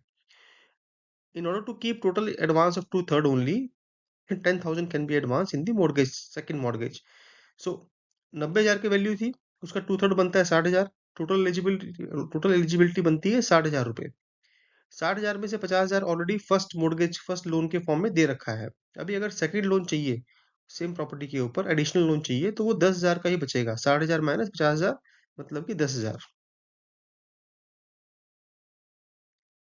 एडवांसिंग ऑन मल्टीपल प्रॉपर्टीज, ये एक ऑप्शन भी हो सकती है कि आप एक प्रॉपर्टी के बदले आप मल्टीपल प्रॉपर्टीज बैंक को मॉर्गेज कर रहे हैं और उनके ऊपर आप लोन मांग रहे हैं। While preparing valuation report of multiple properties for the purpose of an advance by a mortgage, the valuer should disclose value of each property and recommend advance against each of the properties। तो as a valuer आपको ये precaution रखनी है कि अगर मान लीजिए आपके पास मल्टीपल प्रॉपर्टीज आ रही हैं, एक कस्टमर के पास 2 या 3 या 4 प्रॉपर्टीज हैं या ज़्यादा प्रॉपर्टीज हैं और वो बोल रहा है मैं सारी मोर देन वन प्रॉपर्टी को मॉर्गेज करूंगा और एक लोन लूंगा, तो अगर ऐसी सिचुएशन है तो भी आपको ये है कि आपको हर एक प्रॉपर्टी का अलग अलग वैल्यूएशन देना है और हर एक प्रॉपर्टी के अलग वैल्यूएशन के अगेंस्ट आपको अलग रिकमेंडेड अमाउंट ऑफ मॉर्गेज उसमें निकालना और देना है। कंबाइंड ऐसा नहीं कि कंबाइंड वैल्यूएशन दे दी और कंबाइंड अमाउंट दे दिया, बिकॉज इन केस हो सकता है कि बैंक बोले कि हम 5 में से 4 प्रॉपर्टी रखेंगे, तो बैंक को पता होना चाहिए कि कौन सी प्रॉपर्टी अगर हम निकाल रहे हैं तो उसके कॉरस्पॉन्डिंग अमाउंट कितना है जो कि हम उसमें मॉर्गेज नहीं करेंगे। Valuation of building for building insurance purpose, तो देखिए ये भी एक चीज है कि since property insurance policy against damage of fire and other accidental causes clauses are based on principle of indemnity, so that is compensation will be paid on proof of loss but only to the extent of loss actually suffered। so principle of indemnity क्या है कि आपको अगर कोई policy आपके पास है तो अगर आपका कल को लॉस होता है और आप इंश्योरेंस कंपनी के पास जाते हैं कि आपको वो अपना क्लेम चाहिए, दैट्स व्हाई आपने इंश्योरेंस पॉलिसी ली थी, तो जो इंश्योरेंस पॉलिसी कंपनी आपको जो पेमेंट करेगी, उसकी कैलकुलेशन क्या होगी? पहले आपको प्रूफ ऑफ लॉस देना पड़ेगा कि आपने एक्चुअल आपका लॉस हुआ है और कितना आपने एक्चुअली इनकर्ड उसमें सफर किया है। दैट इज मतलब कि ना कि सिर्फ आपने कितना एक्चुअल लॉस सफर किया, बट आपने आपको प्रूफ ऑफ लॉस देना पड़ेगा। It is required to do indemnity value assessment. इसलिए जो प्रूफ ऑफ लॉस आपको देना है, तो आपको इंडेमनिटी वैल्यू का असेसमेंट करना पड़ेगा। तो एक ये एस्पेक्ट है कि आपको इंश्योरेंस पर्पज के लिए वैल्यूएशन आपको इस तरह से एज ए वैल्यूअर आपको करनी पड़ेगी। तो दे आर बेसिकली इसके दो मेथड्स होते हैं जिसमें कि आप इंडेमनिटी वैल्यू असेसमेंट करते हैं। First is market approach, second one is reinstatement insurance value method, RIV method. और मार्केट अप्रोच को ये भी बोलते हैं कि depreciated reinstatement value. So market value or depreciated reinstatement value both are same thing for insurance purpose. And reinstatement insurance value method आपका जो है ये सेकंड मेथड है। सो मार्केट वैल्यू का फॉर्मूला क्या है हमारा? जो डेप्रिशिएटेड रीइंस्टेट वैल्यू वो मेथड है। हालांकि इसको डिटेल में हम इंश्योरेंस वाला जो चैप्टर है उसमें और डिटेल में पढ़ेंगे इसको, लेकिन अभी थोड़ा सा मैं आपको समझा देता हूँ ग्लिम्स में। So indemnity value is equal to, as per this method, estimated cost of reinstatement of similar property as on date of proposal at insured site। इसमें कीवर्ड क्या है? कि अगर हमें रीइंस्टेटमेंट करनी है सिमिलर प्रॉपर्टी की जिस डेट में प्रपोजल बना था और at the insured site, plus suitable escalation for the policy period, कि जितना पीरियड उसका रहा, जब जब पॉलिसी आपने दी उससे लेके आज तक के अंदर कितना एस्केलेशन उसमें, कॉस्ट ऑफ एस्केलेशन कितना है, मतलब increment of cost, cost of construction, कितना कॉस्ट ऑफ कंस्ट्रक्शन उस दिन से आज तक इंक्रीज हो गया, इन्फ्लेशन काइंड ऑफ। और डेप्रिसिएशन फॉर एज, जो भी बिल्डिंग की एज है उसको डेप्रिसिएशन के हिसाब से उसको माइनस करेंगे।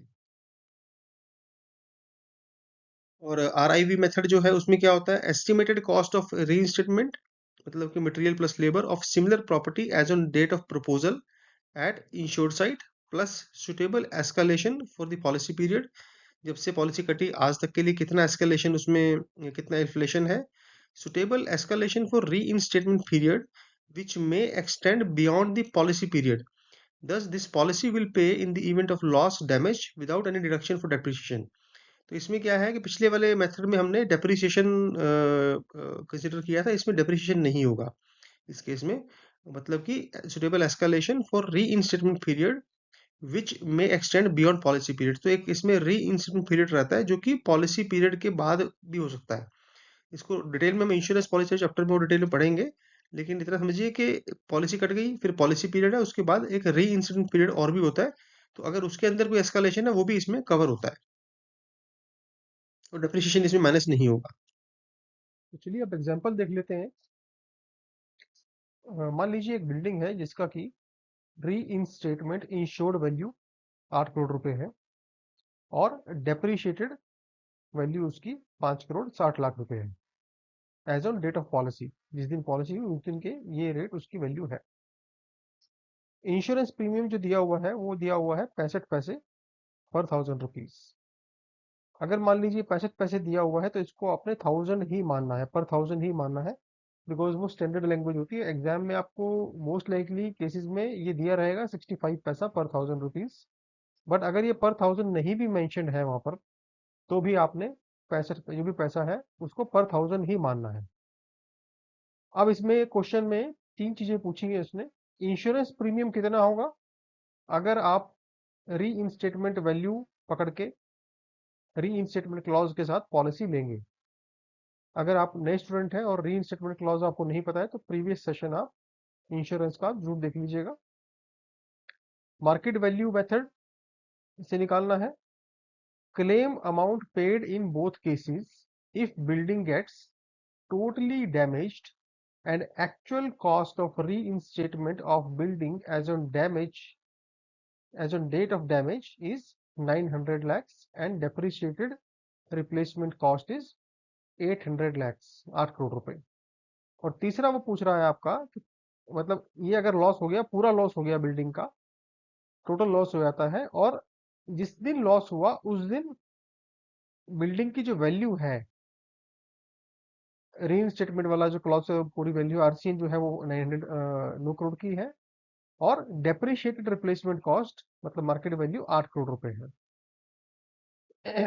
Claim amount paid in case of partial damage and cost of repair 100 lakhs। मान लीजिए पार्शियल डैमेज हो जाता है बिल्डिंग के केस में और उसमें रिपेयर कॉस्ट आपकी 1 करोड़ की है, तो आपने एज्यूम करना है कि जिस समय लॉस हुआ उस समय री वैल्यू जो है बिल्डिंग की आरआईवी वो 9 करोड़ है और depreciated replacement cost DRC 8 crore है। तो मैं हमेशा अपने स्टूडेंट्स को बोलता हूँ कि पहले डाटा लिखिए, data given in the question, और उसके बाद जो आपका क्वेश्चंस आस्क्ड, तो इसमें जो डाटा आपको क्वेश्चन के अंदर दिया हुआ है वो क्वेश्चन के अंदर डाटा लिखिए, आप उसको ऊपर से मत लिखिए। तो पहले इंश्योरेंस प्रीमियम निकालते हैं। अगर हम री इंस्टेटमेंट क्लॉज के साथ पॉलिसी लेंगे तो जिस समय पॉलिसी ली जा रही है उस समय indemnity value is equal to R I V, reinstatement value of the building, तो वो 8 करोड़ रुपए है। और सिंस 65 रुपए पर लाख आपको रेट दिया हुआ है, 65 पैसा पर thousand means 65 rupees per lakh, multiply by 100 कर लेंगे ऊपर नीचे, तो 65 रुपए 1 लाख के ऊपर लग रहा है, तो 8 करोड़ को मल्टीप्लाई करेंगे 65 रुपए पर लाख से, तो 52,000 रुपए का आपका इंश्योरेंस सालाना प्रीमियम आएगा अगर आप इंश्योरेंस पॉलिसी ले रहे हैं विद री इंस्टेटमेंट क्लॉज। अगर आप मार्केट वैल्यू पे लेंगे सेम पॉलिसी, मतलब कि डेप्रिशिएटेड रिप्लेसमेंट कॉस्ट जो आपकी है उसकी बेसिस पे लेंगे, तो since as on date of policy DRC जो आपकी है market value of the building है वो 560 है, तो डीआरसी और मार्केट वैल्यू सेम है, कंफ्यूज नहीं होना है आपने।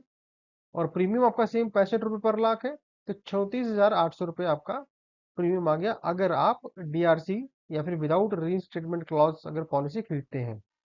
तो अब समझिए कि अगर आप आरआईवी पॉलिसी लेंगे तो वो मोटा मोटा 15,600 रुपए की प्रीमियम उसकी एक्स्ट्रा है, तो आप एक्स्ट्रा पेमेंट करेंगे तब आपका ये री इंस्टेटमेंट क्लॉज वाली पॉलिसी आएगी।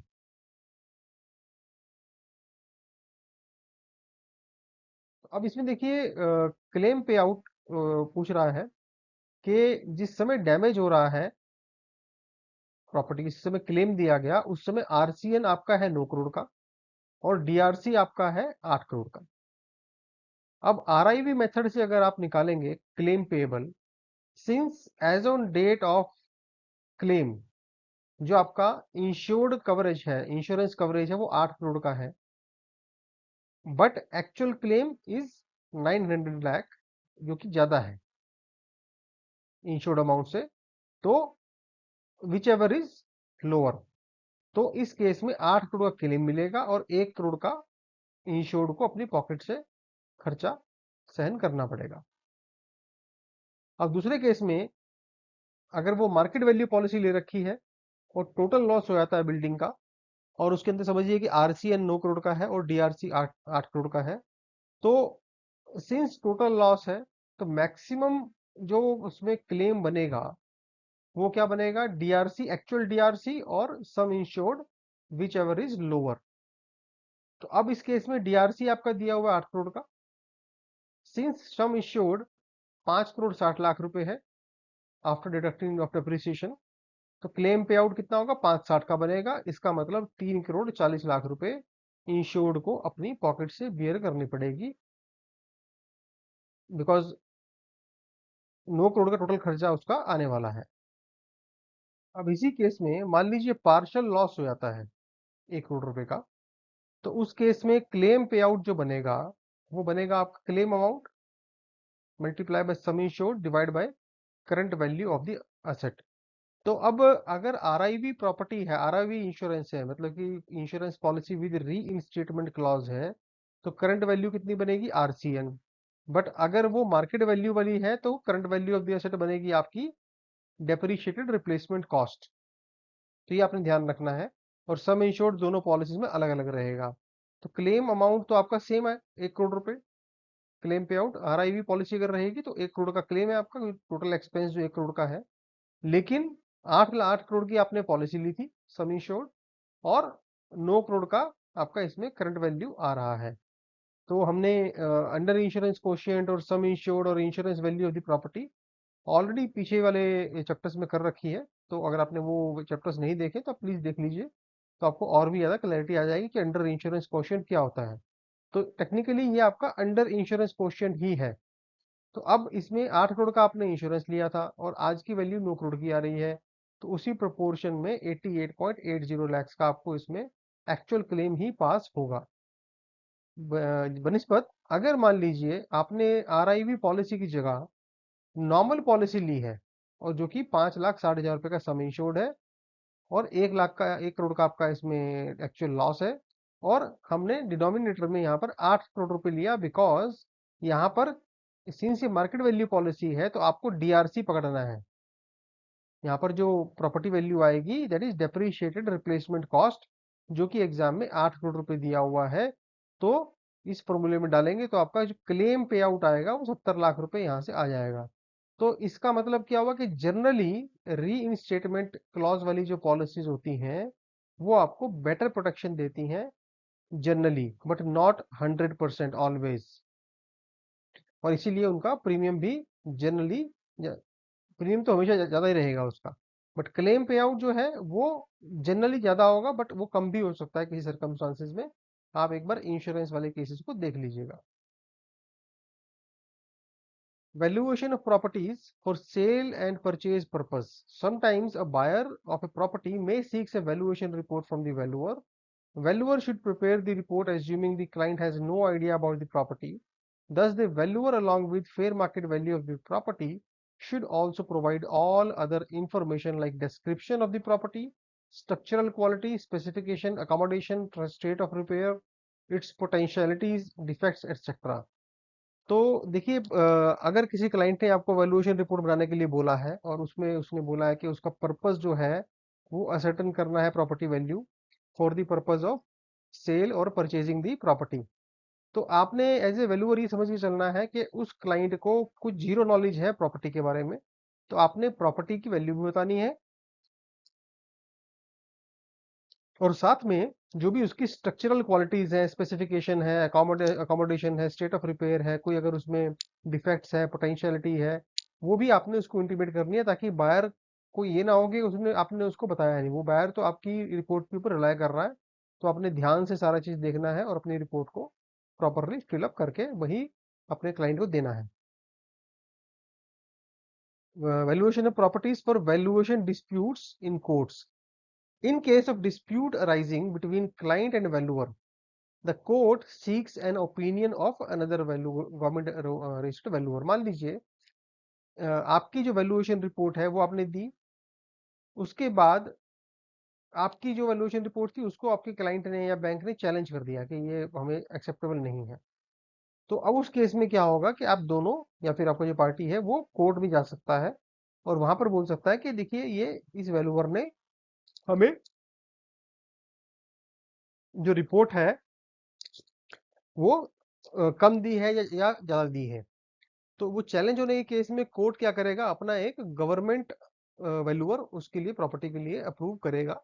अगर जो वैल्यूअर कोर्ट ने अप्रूव किया उसकी वैल्यूएशन +- 10% जो आपने वैल्यूएशन दी उसकी रेंज में आती है, मान लीजिए आपने वैल्यूएशन दी 100 रुपीज, तो गवर्नमेंट वैल्यूअर ने अगर वैल्यूएशन दी 90 से लेके 110 के बीच में, तो कोर्ट आपकी वैल्यूएशन मानेगा, राइट। बट इफ वो 10% के बियॉन्ड चला गया, अगर मान लीजिए या तो 90 से नीचे चला जाए या फिर 110 से ऊपर चला जाए, देन कोर्ट जो है वो थर्ड वैल्यूएशन भी ले सकता है, और जो भी दो वैल्यूएशन रिपोर्ट में मिनिमम डिफरेंस होगा, क्लोजेस्ट वैल्यूएशन होगी, उसके बेस पे फाइनल मार्केट प्राइस उसका प्रॉपर्टी का डिसाइड होगा। तो नॉर्मली वो दोनों पार्टी भी छोड़ देता है कि सब ये दो वैल्यूएशन रिपोर्ट है, इनके अंदर आप कोई म्यूचुअली एग्रीड जो वैल्यूज है उसके ऊपर आप एग्री कर लीजिए और मेरे पास लेके आइए। अदरवाइज फिर कोर्ट, अगर वो दोनों एग्री नहीं कर पाएंगे तो फिर कोर्ट इंटरवीन करेगा। बट फर्स्ट अपॉर्चुनिटी दोनों पार्टी को दी जाती है कि म्यूचुअली आप एग्री करके डिसाइड कर लीजिए दो पार्टी के बीच में किस पार्टी को कितना इसमें क्या मिलना है। Valuation of properties for probate purpose. तो देखिए, मैंने पहले ही बताया था कि मेजोरिटी वैल्यूएशन हम जो करते हैं वो करते हैं as on date of site visit. Date of valuation current date में करते हैं, ना पास्ट में ना फ्यूचर में।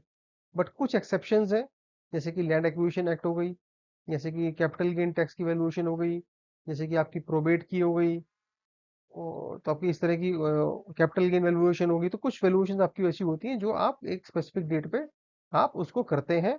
जैसे इंसॉल्वेंसी वैल्यूएशन होगी तो कुछ स्पेसिफिक है, तो प्रोबेट भी उसके अंदर से ही एक वैल्यूएशन पर्पज है।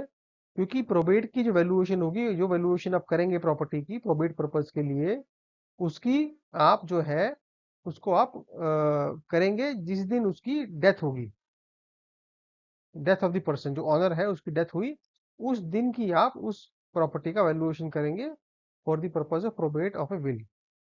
अगर आपको प्रोबेट समझ में नहीं आता है तो लॉ जनरल का जो हमारा सेशन है उसको आप अटेंड कर लीजिएगा। बट मोटा मोटा बता देता हूँ। बेसिकली विल जो होती है, अगर आप विल को कोर्ट में लेके जाएंगे और कोर्ट में जाने के बाद उसके ऊपर कोर्ट जो है जितने भी लीगल हियर्स हैं सबको बुलाता है कि नोटिस भेजेगा कि किसी को ऑब्जेक्शन है इस बिल के ऊपर तो बताइए। वो सब फॉर्मेलिटी कंप्लायंस होने के बाद कोर्ट जो है उसी बिल के ऊपर एक अपना ठप्पा मार देता है, स्टैम्प मार देता है, और सेम बिल जो है प्रोबेट में कन्वर्ट हो जाती है। तो अगर आप एज ए वैल्यूअर जा रहे हैं, कहीं पर आपको लगता है कि रिस्क है प्रॉपर्टी में, तो आप क्लाइंट से प्रोबेट विल, अगर विल आपके पास आ रही है तो लॉजिकली आपको प्रोबेट मांगना चाहिए। बहुत सारे लोग नहीं मांगते हैं, तो वो अपना एक रिस्क कैरी कर रहे हैं। तो आपको अगर प्रोबेट नहीं मिल रहा है तो आपको एक्स्ट्रा प्रिकॉशन लेके चलना चाहिए, वकील से बात करना चाहिए और चेक करना चाहिए क्या ये प्रॉपर्टी जेन्युइन है नहीं है।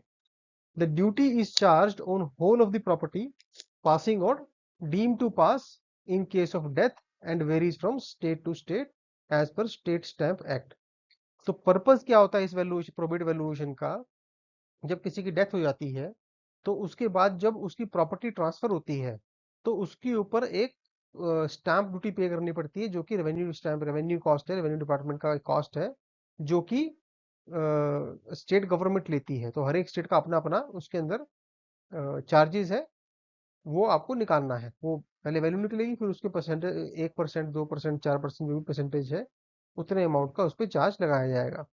The probate valuation takes into account the genuineness of will, terms and condition specified in the will, members involved in the will, details of the property. तो जो बेसिकली आपकी प्रोबेट वैल्यूएशन आप बनाएंगे उसके अंदर जो भी है आपको बेसिकली विल का आपको चेक करना है, तो प्रोबेट भी आपके होना चाहिए टेक्निकली। टर्म्स कंडीशंस अगर उसमें विल में कुछ लिखी है उसको भी आप मेंशन करेंगे वैल्यूएशन रिपोर्ट के ऊपर। उसके बाद members involve in the will, जो भी इनके नाम है विल के अंदर वो भी आप लिखेंगे। डिवाइड कंट्रोल का अगर कुछ कॉन्सेप्ट है वो भी आप देखेंगे उसके अंदर। तो ये सारे एस्पेक्ट्स देखते हुए आप अपनी वैल्यूएशन रिपोर्ट को कॉम्प्रिहेंसिव बनाएंगे for the purpose of probate. तो जो प्रोबेट के अंदर आप प्रॉपर्टी का वैल्यूएशन करेंगे, जिसको कैपिटल वैल्यू या फिर प्रिंसिपल वैल्यू भी कहते हैं, तो उसके अंदर आपका पर्पस जो है वो एस्टेट ड्यूटी कर निकालने का पर्पस रहता है। तो आपने एज ए वैल्यूअर देखना है कि जिस दिन जो भी ऑनर था प्रॉपर्टी का उसकी डेथ हुई, उस दिन उस प्रॉपर्टी का वैल्यू कितना है। तो मैंने पहले ही बताया था मेजोरिटी वैल्यूएशन हम as on date of site visit करते हैं। बट कुछ वैल्यूएशन है जैसे कि कैपिटल गेन वैल्यूएशन हो गया, real estate land acquisition act valuation हो गया, फिर आईबीसी इंसॉल्वेंसी बैंक्रप्सी कोड का वैल्यूएशन हो गया, देन कैपिटल गेन। उसके बाद कुछ और भी वैल्यूएशन हैं जो कि हम एज ऑन डेट नहीं करते बल्कि एक स्पेसिफिक डेट पे करते हैं। तो प्रोबेट वैल्यूएशन भी उसके अंदर से ही एक है, जो कि हम साइट विजिट वाले दिन नहीं करते, एक पास डेट ऑफ डेथ पे करते हैं उसको। अगर उस प्रॉपर्टी में अनडिवाइडेड शेयर का कॉन्सेप्ट भी है तो अप टू 10% आप उसमें जो भी एक रिडक्शन है, अनडिवाइडेड शेयर का रिडक्शन है, उसको आप माइनस कर सकते हैं। और ये अनडिवाइडेड शेयर वाला कॉन्सेप्ट हम पहले डिस्कस कर चुके हैं। In making the valuation all ordinary outgoings are taken into account. तो जब आप वैल्यूएशन करेंगे इन प्रॉपर्टी का तो हमें नेट नेट इनकम निकालनी होती है। तो उसमें से आपने जितने भी नेचुरल आउटगोइंग्स हैं, जैसे प्रॉपर्टी टैक्सेस हो गया, जो भी खर्चे हैं उस प्रॉपर्टी को मेंटेनेंस के, वो सब आपने माइनस करने हैं। लेकिन एक एक्सेप्शन क्या है कि इसके अंदर आपने कोई भी ऐसा अलाउंस माइनस नहीं करना है नेट इनकम में से जो कि एक्सपेंस ऑफ सेल हो, जैसे कि ब्रोकरेज, ब्रोकरेज फी हो गया, राइट? तो वो आपने माइनस नहीं करना है, बिकॉज प्रॉपर्टी आपकी एक्चुअली सेल नहीं हो रही है। Valuation must be done assuming that property is being placed in open market in most advantageous way. A real estate comprising a mansion and a large agriculture land would probably fetch better price if they are put for sale in separate lots. तो मान लीजिए एक बहुत बड़ा घर है और एक बहुत बड़ा उसके साथ फार्म फार्म एग्रीकल्चर लैंड है, तो दो ऑप्शन है। हालांकि वो कंबाइंड है और उसकी सेल डीड भी मान लीजिए एक ही है, लेकिन अगर आप उसका प्रोबेट पर्पज के लिए वैल्यूएशन करने जाएंगे तो आपने उसको सेपरेट ही करना है। तो आपने ये देखना है कि ये जो प्रॉपर्टी का वैल्यूएशन कर रहे हैं तो इसको मोस्ट एडवांटेजियस वे में किस तरह से बेच सकते हैं ताकि मैक्सिमम वैल्यू इसके अंदर से फेच हो। तो अब जो एग्जांपल की हम बात कर रहे हैं उसके अंदर अगर आप लैंड एग्रीकल्चर लैंड और जो घर है मेंशन है उसको सेपरेट करके बेचेंगे तो आपको ज्यादा वैल्यू उसके अंदर मिलेगी। तो आपने मोस्ट एडवांटेजियस वे को पकड़ के तब उस प्रॉपर्टी का वैल्यूएशन करना है for the purpose of probate valuation. Because government का पर्पज ये है कि आप मैक्सिमम वैल्यूएशन निकालें ताकि उसमें मैक्सिमम स्टाम्प ड्यूटी गवर्नमेंट उस कस्टमर से ले सके। तो जब आप इस प्रॉपर्टी का वैल्यूएशन करेंगे तो मान लीजिए एक बिल्डिंग है जिसके अंदर की 70 फ्लैट्स हैं और अब अगर आप मान लीजिए पूरी बिल्डिंग एकदम से मार्केट में सेल के लिए आ जाए और 70 फ्लैट मार्केट में सेल के लिए आएंगे तो ऑब्वियसली मार्केट में फ्लडेड मार्केट हो जाएगी और उसकी वजह से टेम्पररी एक प्राइस में रिडक्शन होगा। लेकिन जब आप प्रोबेट वैल्यूएशन के लिए वैल्यूएशन करेंगे प्रोबेट पर्पज के लिए तो आपने ये फैक्टर को इग्नोर करना है कि आपकी जो भी ये प्रॉपर्टी है वो एक फ्लडिंग हो जाएगी, उसकी वजह से टेम्पररी प्राइस में डिक्रीज होगा। ये आपने एजम्पशन को कंसिडर नहीं करना है और कोई भी प्राइस में रिडक्शन नहीं करनी है। इन एक्सेप्शनल केसेस में अगर मान लीजिए कोई एक्सेप्शनल केस है जिसके अंदर की जो भी ऑनर था प्रॉपर्टी का उसकी डेथ की वजह से या तो स्टिग्मा वैल्यू की वजह से या फिर रेपुटेशन वैल्यू की लॉस की वजह से उस प्रॉपर्टी का वैल्यू कम हो जाता है तो आप उस प्रॉपर्टी का वैल्यू कम कर सकते हैं, वो अलाउड है। लेकिन आपने दो बातों का ध्यान रखना है कि मान लीजिए आपने किसी प्रॉपर्टी का प्रोबेट वैल्यूएशन दिया 100 रुपीज और उसके 2-4 महीने बाद उनके जो उनके नए ऑनर थे उसने उस प्रॉपर्टी को 130 रुपए का बेच दिया। तो अब ये 30 रुपए वैल्यू बढ़ गई जो कि सब्सटेंशियल है 2-3 महीने में। तो गवर्नमेंट जो है नए ऑनर को बोलेगी कि आप 30 रुपए के डिफरेंस के ऊपर आप जो है एस्टेट स्टाम्प ड्यूटी आप दे दीजिए। लेकिन इसमें एक उसमें कंडीशन ये रहती है, एक ऑप्शन रहती है कि अगर मान लीजिए नए ऑनर ये प्रूव कर दें कि जो प्रॉपर्टी वैल्यू इंक्रीज हुआ है वो किसी ऐसे फैक्टर की वजह से हुआ है जो कि डेट ऑफ डेथ के बाद हुआ है। मान लीजिए नया एयरपोर्ट का अनाउंसमेंट हो गया, मान लीजिए नया कोई स्टेडियम का अनाउंसमेंट हो गया, एफएसआई नॉर्म्स बढ़ गए। तो अगर ऐसा कोई फैक्टर है जिसको जस्टिफाई किया जा सकता है तो भी स्टैम्प ड्यूटी उसमें बचाई जा सकती है। इन केस इसमें रिवर्स भी है। मान लीजिए वैल्यूअर ने प्रोबेट वैल्यूएशन दिया 100 रुपीज का, लेकिन उसके 2 महीने बाद प्रॉपर्टी ऑनर ने बेच दी 80 रुपए की, तो 20 रुपए का उसमें लॉस हो गया। तो उस केस में भी आप जो जो नए ऑनर हैं वो एस्टेट ड्यूटी का स्टाम्प ड्यूटी का रिफंड ले सकते हैं with the proof and documents कि हमने तो ये प्रॉपर्टी 80 रुपए की बेची 2 महीने के अंदर। लेकिन अगेन जो भी प्रॉपर्टी वैल्यू गिरी है वो कोई ऐसे फैक्टर की वजह से नहीं गिरनी चाहिए जो कि डेट ऑफ डेथ के बाद उसने इम्पैक्ट किया है। तो ये प्रोबेट वैल्यूएशन का स्टाम्प ड्यूटी से रिलेशन रहता है और ये पॉलिसी गाइडलाइंस है। एग्जाम परस्पेक्टिव से क्वेश्चन नोट नंबर 1 और नोट नंबर 2 के अंदर भी आ जाता है। Valuation of properties for partition purpose, तो यहाँ पर मार्केट वैल्यू जो निकालते हैं वो हम बेसिकली पहले प्रॉपर्टी मार्केट वैल्यू निकालेंगे और उसके बाद मान लीजिए उसमें 4 शेयर होल्डर है और चारों का मान लीजिए इक्वल शेयर है 25-25% का, तो उसका 25% का वैल्यूएशन निकाल देंगे। अगर आपको डिवाइड कंट्रोल का भी कुछ इसमें डिवीजन का माइनस करना है तो वो भी आप कर सकते हैं जो कि हमने पहले डिस्कस किया हुआ है। Valuation of property for stamp duty purpose ये स्ट्रेट फॉरवर्ड है। जो रजिस्ट्रेशन होता है प्रॉपर्टी का वो सर्कल रेट पे वैल्यूएशन का होता है। तो आपने इसमें मार्केट वैल्यू से सर्कल रेट का कोई रिलेशन नहीं है। तो जो भी गवर्नमेंट के सर्कल रेट्स है उसको एरिया से मल्टीप्लाई करना है और आपने सर्कल रेट वैल्यूएशन निकालनी है ताकि स्टाम्प ड्यूटी की कैलकुलेशन उसके अंदर हो सके। Valuation of properties for lease और मॉर्गेज पर्पस, तो ऑलरेडी हम इनकम अप्रोच के अंदर देख चुके हैं कि प्रॉपर्टी वैल्यू जो होती है वो होती है आपकी net annual rent divide by capitalisation rent. तो नेट एनुअल रेंट आपका क्या होगा, ये मान लीजिए ये आपका मार्केट रेंट जो है ग्रॉस रेंट है उसके अंदर से आप माइनस जितने भी आउटगोइंग्स है वो आप माइनस करेंगे तो आपको नेट एनुअल रेंट उसमें से निकल के आएगा। अगर आपके पास उस प्रॉपर्टी का, जिस प्रॉपर्टी का वैल्यूएशन हो रहा है, उस प्रॉपर्टी का मार्केट रेंट नहीं है, तो आप कंपेरेबल प्रॉपर्टी का मार्केट रेंट वहां से निकाल सकते हैं। उसके बाद capitalisation rate must be fixed separately in each individual case accordings with the local market situation, taking into account property location, demand criteria, potential of alternative uses. तो देखिए, कैपिटलाइजेशन रेट के लिए थंब रूल जो दिया हुआ है, जो हमने इस पहले भी बात की है, कि अगर वो प्रॉपर्टी जो है जिसका आप वैल्यूएशन कर रहे हैं, वो एक फ्री होल्ड लैंड है, तो आप गवर्नमेंट जो जी गवर्नमेंट सिक्योरिटीज हैं, गिल्ट जो इंटरेस्ट रहता है गवर्नमेंट सिक्योरिटीज का, उसके ऊपर 1 से 2% का प्लस करके आप कैपिटलाइजेशन रेट ले सकते हैं। हालांकि कोर्ट का ऑर्डर उसमें ये भी है कि 1.5% एक केस स्टडी है, तो वो हम जब हमें रियल एस्टेट लॉज की बात करेंगे तो वहां पर एक केस ऐसा है। लेकिन प्रैक्टिस में जो एग्जाम में क्वेश्चन आएगा, अगर कि कितना परसेंट आपको कैपिटलाइजेशन पकड़ना है, तो जो भी government security, long term government security rate है, उसके ऊपर 1 से 2% आपको ऐड करके रिस्क प्रीमियम डाल के उस रेट ऑफ इंटरेस्ट को पकड़ना है, capitalisation rate for doing valuation of the land only, freehold land. अगर वो फ्री होल्ड बिल्डिंग है, तो उसको आपको 2 से 4% पकड़ना है गवर्नमेंट रेट के ऊपर रिस्क प्रीमियम। और अगर वो लीज होल्ड है, तो दोनों ही केस में free hold land and free hold building की जो भी वैल्यू आती है उसके अंदर 1-1% और इंक्रीज कर देंगे।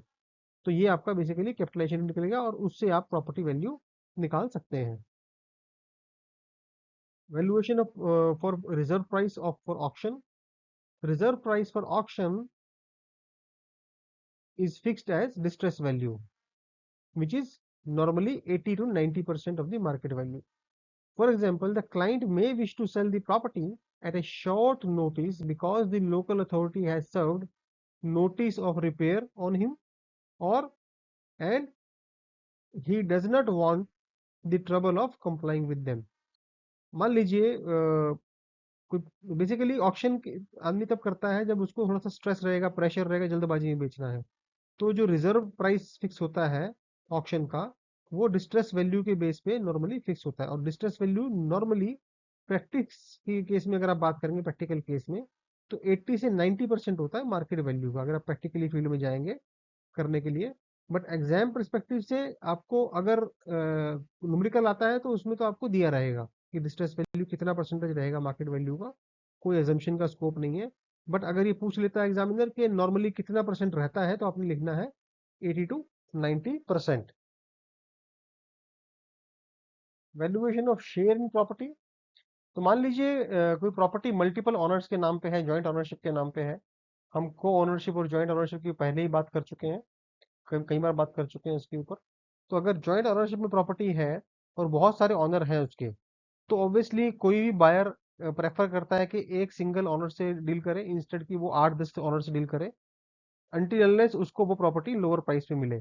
तो आपने जो वैल्यू ऑफ शेयर निकालना है, वो पहले निकालना है, पूरी मार्केट का प्रॉपर्टी वैल्यू निकालना है, मल्टीप्लाई बाय जितना परसेंटेज शेयर है, मान लीजिए 2% का शेयर है उसका, तो वो निकालेंगे।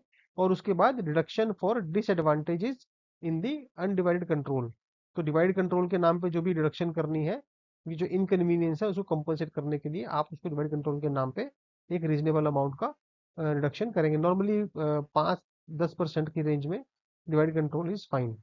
तो ये आपका वैल्यू निकल के आएगा, value of share of a person in land. तो आशा करते हैं आपको आज का सेशन समझ में आएगा और अच्छा लगा होगा। तो ये हमारा वेरियस पर्पस ऑफ वैल्यूएशन का पहला सेशन था। जल्दी ही मिलते हैं सेशन नंबर 2 में। धन्यवाद।